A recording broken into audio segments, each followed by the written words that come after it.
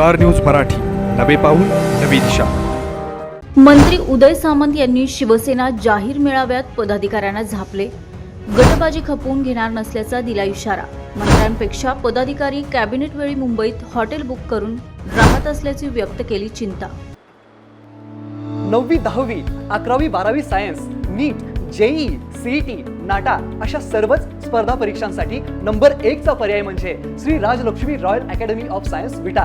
कारण इथे मिळतो number 1 result, number 1 teaching quality, number 1 infrastructure, सर्व गुणवंत विद्यार्थ्यांना लाखो रुपयांची स्कॉलरशिप, आमच्या सर्वांगीण विकास आणि पर्सनॅलिटी डेव्हलपमेंटसाठी अनेक नाविन्यपूर्ण उपक्रम, गरजू व अभ्यासू विद्यार्थ्यांसाठी दत्तक योजना. आणि म्हणूनच इथे गुणवत्ता हे संस्कार आपल्या पाल्याच्या उज्ज्वल भविष्यासाठी आजच निश्चित करा त्याचा प्रवेश Shri Rajalakshmi Royal Academy of Science Vita येथे. तुम्हाला सोने खरेदी करायचंय तर मग चला विट्याच्या ओम ज्वेलर्समध्ये. विट्यातील प्रथमच सोन्याचे 100% BIS 916 hallmark jewellery showroom, HUID प्रमाणित सर्व दागिने, सोने तारण कर्ज योजनाही सुरू. तर मग एक वेळ अवश्य भेट द्या. आमचा पत्ता ओम ज्वेलर्स, सराफपेठ, बँक ऑफ महाराष्ट्र समोर विटा. संपर्क श्री भगवान ढमाले गार्डीकर, डॉक्टर विशाल शिंदे मोराळे. उपस्थित या तिन्ही मतदारसंघातील पदाधिकारी बंधुवाडी बनवले. आज BLAचा आढावा घेण्यासाठी आणि पदाधिकाऱ्यांचा आढावा घेण्यासाठी माननीय एकनाथ शिंदे साहेबांच्या आदेशानुसार आपल्या या पूर्ण परिसरामध्ये मी उपस्थित आहे. मिरज विधानसभा मतदारसंघ, सांगली विधानसभा मतदारसंघ या दोन्ही विधानसभा मतदारसंघातल्या पदाधिकाऱ्यांना मनापासून धन्यवाद देतो, त्यांचं मनापासून कौतुक करतो. त्यांनी 100% BLA आपल्या पूर्ण केलेले आहे. आणि पलूस कडेगाव विधानसभा मतदारसंघातलं काम आपलं बाकी आहे.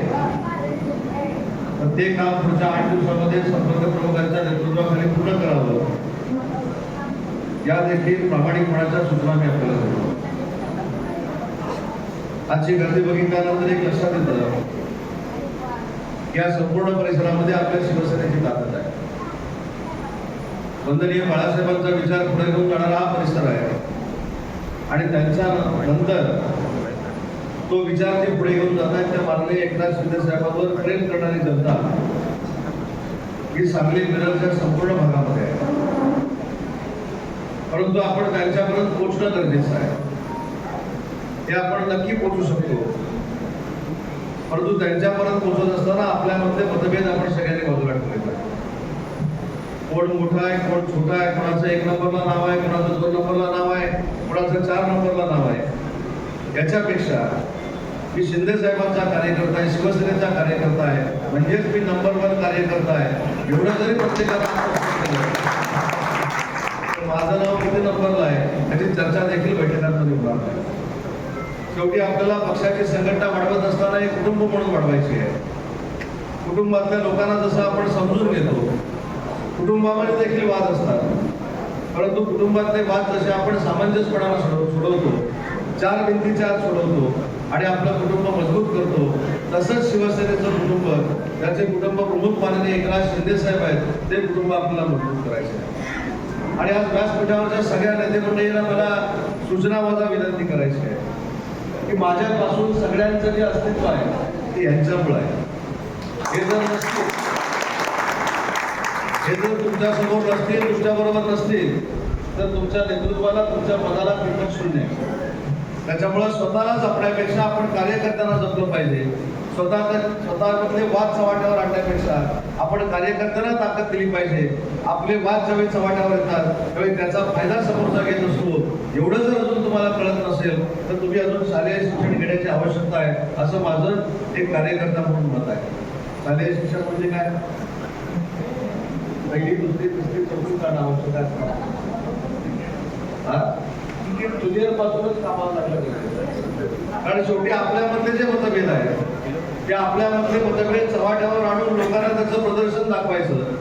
मी किती मोठा आहे, मी किती छोटा आहे, मी माननीय एकनाथ शिंदे साहेबांच्या किती जवळच आहे हे प्रदर्शन मांडायचं. यानं काही शिवसेनेची संघटना होणार नाही. आज कदाचित आम्ही व्यासपीठावर असतो, परंतु पुढच्या 2 महिन्यामध्ये खालचा चर्चा देखील वर येऊन बसू शकतो अशी यंत्रणा शिकण्याचा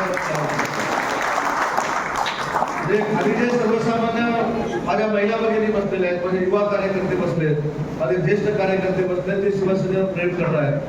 त्यांची निष्ठा जर एकनाथ शिंदे साहेबांवर असेल, त्यांचं काम जर तुमच्यापेक्षा प्रामाणिक असेल, तर आपल्यातले 2-4 लोक खाली जाऊ शकतात आणि खालच्यातले 2-4 लोक वर येऊ शकतात. हे देखील योगेशजी आपण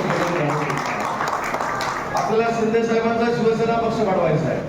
त्याच्यामुळे तो शिवसेना पक्ष वाढवत असताना याच्या पुढं गटबाजी चालणार नाही. याच्या पुढे स्वतःमध्ये जर काही मतभेद असतील आपल्यामध्ये, ते 4 भिंतीच्या आत आपण सोडवले पाहिजे. त्याचं वर्तमानपत्रात प्रदर्शन करण्याची काही आवश्यकता नाही. मी प्रत्येक मतदारसंघामध्ये जिल्ह्यामध्ये जात असताना पदाधिकाऱ्यांनी 2-4 दिवसापूर्वीच्या बैठका घेतल्या दोघेंची. त्याचा आढावा माझ्या यंत्रणेमार्फत घेत होता. कोण त्या बैठकीला उपस्थित होते, कोण त्या बैठकीला उपस्थित राहून नसल्यासारखे होते, कोण त्या बैठकीला उपस्थित राहून त्या बैठकीचा अहवाल त्यांनी समोरच्या लोकांना दिलाय, कोण त्या बैठकीला उपस्थित राहून कोणी वाद घातलाय, हे मला तुम्हाला सांगायची गरज नाही. ही सगळी जबाबदारी माझ्याकडे असते. आणि त्याच्यामुळं माननीय एकनाथ शिंदे साहेबांच्या नेतृत्वाखाली महाराष्ट्राच्या 136 मतदारसंघामध्ये BLNचा आणि पक्षाचा आढावा घेण्याची जबाबदारी माननीय एकनाथ शिंदे साहेबांनी तुमच्या सगळ्यांच्या सहकार्यानं माझ्यावर दिली. आणि म्हणून आपण सगळ्यांनी एक कुटुंब म्हणून काम केलं पाहिजे. आता मला योगेश जानकर सांगत होते की आलेल्या प्रत्येक पक्षाच्या पदाधिकाऱ्यामध्ये ताकद आहे. प्रत्येक पक्षाचा पदाधिकारी वेगळ्या वेगळ्या पद्धतीने शिवसेना वाढवू शकतो. शिवसेना वाढवण्याचं प्रत्येकाचं कसं वेगळं आहे, पण त्यांचे मार्ग देखील वेगळे आहेत. हे मार्ग जर एकत्र झाले आणि त्या एकत्र झालेल्या मार्गावर शिवसेनेचे सगळे पदाधिकारी चालले, तर या जिल्ह्यामधली सगळ्यात मोठी ताकद ही शिवसेनेची असेल याच्यावर मला प्रामाणिकपणे मगाशी कुठेतरी मुंबईचा उल्लेख केला. कधी कधी तर मला आश्चर्य वाटतं मंगळवारचं.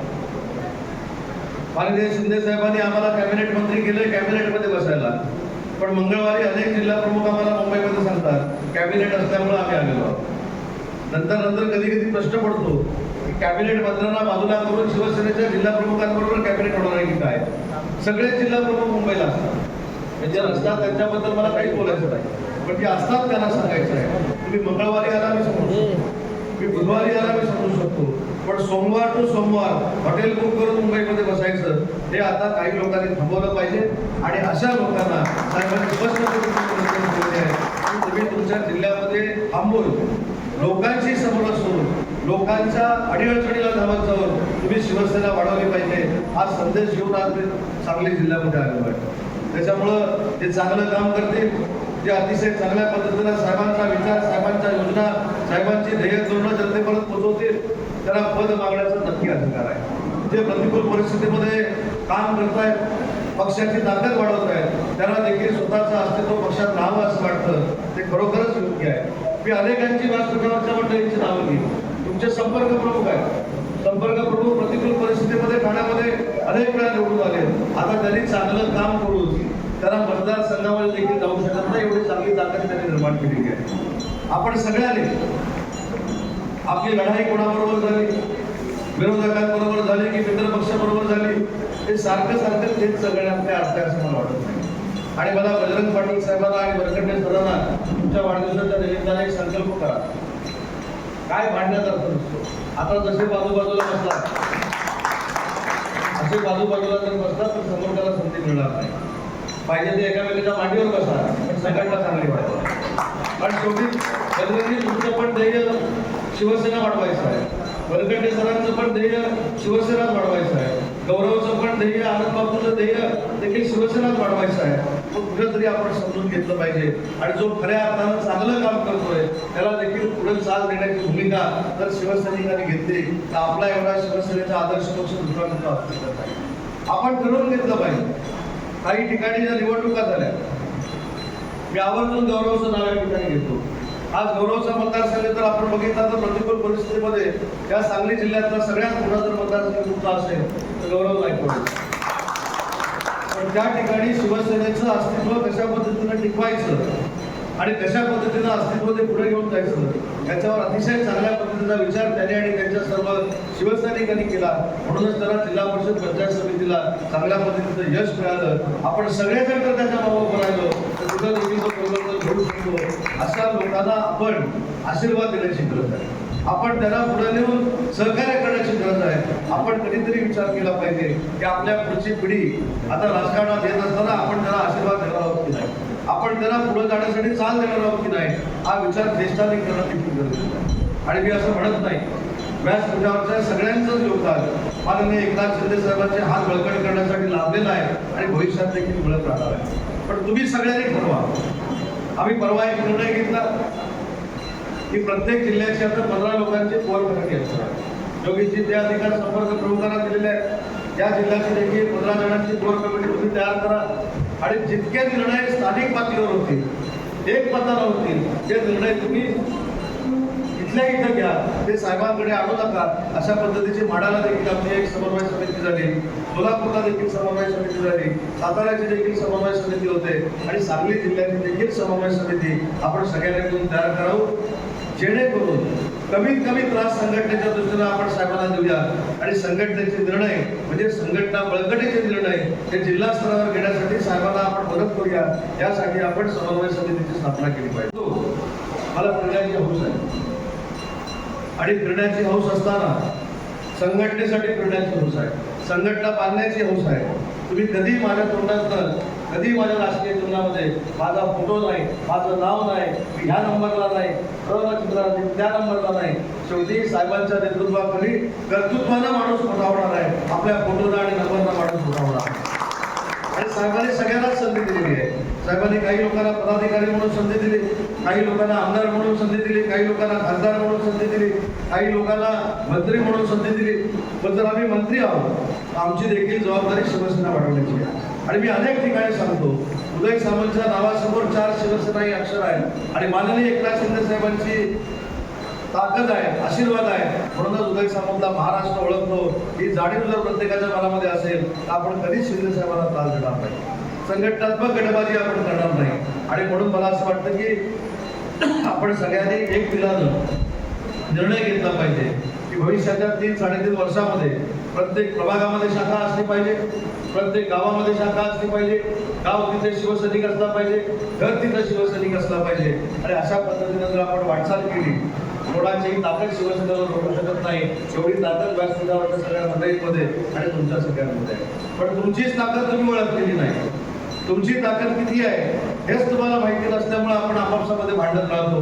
तुमची ताकद ही बाकीच्या पक्षाच्या पदाधिकाऱ्यांपेक्षा 100% जास्त आहे असं माझं मत आहे. आणि म्हणून ती ताकद आपापसात भांडण्यापेक्षा समोरचा जो आपल्यावर आक्रमण करतोय, समोरचा जो आपलं खच्चीकरण करतोय, समोरचा जो आपल्याला कमी लेखतोय, आपली ताकद वाढवून त्याला दाखवून द्या की शिवसेना ही कमी लेखण्याची संघटना नाही, तर शिवसेना ही दखल घेणारी संघटना आहे आणि आमची भविष्यामध्ये तुम्हाला दखल घ्यावीच लागेल. अशा पद्धतीची संघटना या सांगली जिल्ह्यामध्ये आपल्याला तयार करणं आवश्यक आहे. आणि तुम्ही सक्षम आहात. म्हणजे मी तर काही मंडळी जी बसले ते माझ्यापेक्षा सिनियर शिवसेनेमध्ये आहेत. मग या सिनियर लोकांनी आपली जी काही ज्येष्ठता आहे त्या ज्येष्ठतेचा वापर करून शिवसेना कशी वाढेल यासाठी भर दिला पाहिजे. आणि आपल्याकडनं असलेल्या पत्रकारांना वाईट कुठची बातमी मिळणार नाही याची देखील दक्षता घेतली पाहिजे. ही जबाबदारी शिवसैनिकांनी स्वीकारली पाहिजे, पदाधिकाऱ्यांनी स्वीकारली पाहिजे. तरच आपल्या संघटनेमध्ये अतिशय चांगल्या पद्धतीचं वातावरण होईल. आज तुम्ही जोरदार पद्धतीनं माझं स्वागत केलं. महिला भगिनी देखील मोठ्या संख्येने इथं आहे. पण महिला भगिनींना देखील मला विनंती करायची आहे की ज्या नेत्यानं, ज्या महाराष्ट्रातल्या एका अशा नेत्यानं स्वतःच्या मुख्यमंत्री पदाच्या कारकिर्दीमध्ये देशातले सगळ्यात जास्त निर्णय महिला भगिनींसाठी घेतले ते नेते आपले एकनाथ शिंदे साहेब आहेत. त्यांच्या असलेल्या योजना, माझी लाडकी बहिणी योजना असेल, लखपती दिदी योजना असेल, ग्रामीण भागातल्या महिलांसाठी निम्म्यावर आणलेलं तिकीट असेल, त्या सगळ्या गोष्टी ज्या आहेत त्या महिला भगिनींवर आपण पोचवल्या पाहिजे. आणि सख्या भावापेक्षा प्रेम करणारं नेतृत्व हे माननीय एकनाथ शिंदे साहेबांचं आहे, ते आपल्या महिला भगिनींना देखील पटवून दिलं पाहिजे. आता BLA 100% झाले म्हणून सगळ्यांचं मी कौतुक केलंय, पण ती यादी घेऊन केले की घरात जाऊन केले.